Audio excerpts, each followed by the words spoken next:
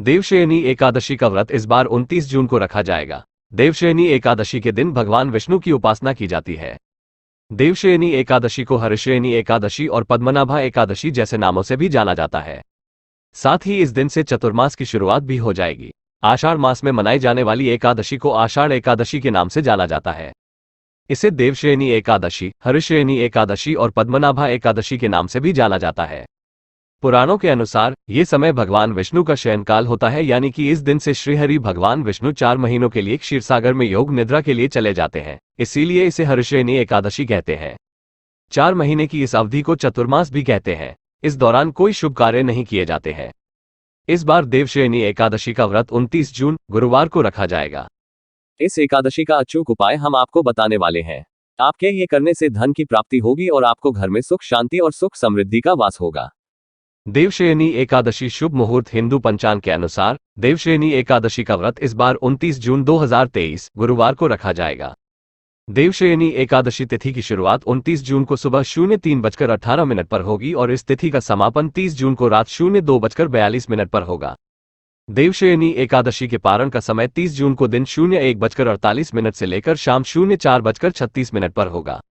देवशयनी एकादशी पूजन विधि व्रत करने वाले साधकों को देवशयनी एकादशी के दिन सुबह जल्दी उठकर पवित्र स्नान करना चाहिए। फिर घर के पूजा स्थल को साफ करने के बाद गंगाजल से शुद्ध कर लें। इसके बाद एक आसन बनाकर भगवान विष्णु की मूर्ति या प्रतिमा स्थापित करें। फिर भगवान का षोडशोपचार पूजन करें।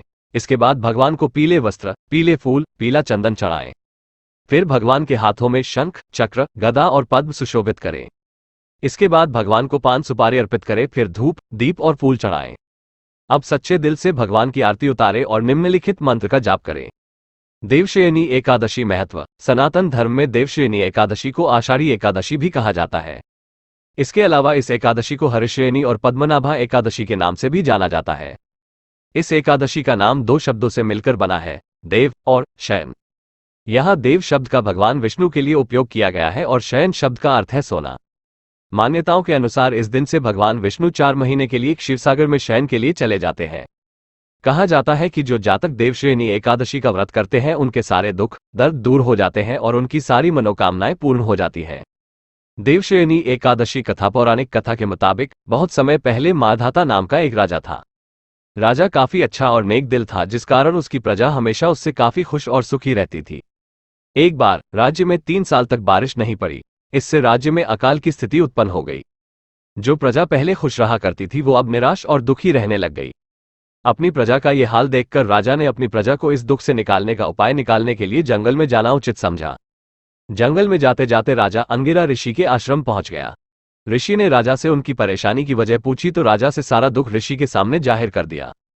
तब ऋषि ने राजा को आषाढ़ी एकादशी का व्रत रखने की सलाह दी। ऋषि की बात मानकर राजा वापस अपने राज्य लौट आया और अपनी प्रजा से इस व्रत को निष्ठापूर्ण करने की सलाह दी। व्रत और पूजा के प्रभाव का असर कुछ ऐसा हुआ कि राज्य में एक बार फिर से वर्षा हुई, जिससे पूरा राज्य एक बार फिर धन धान्य से परिपूर्ण हो गया।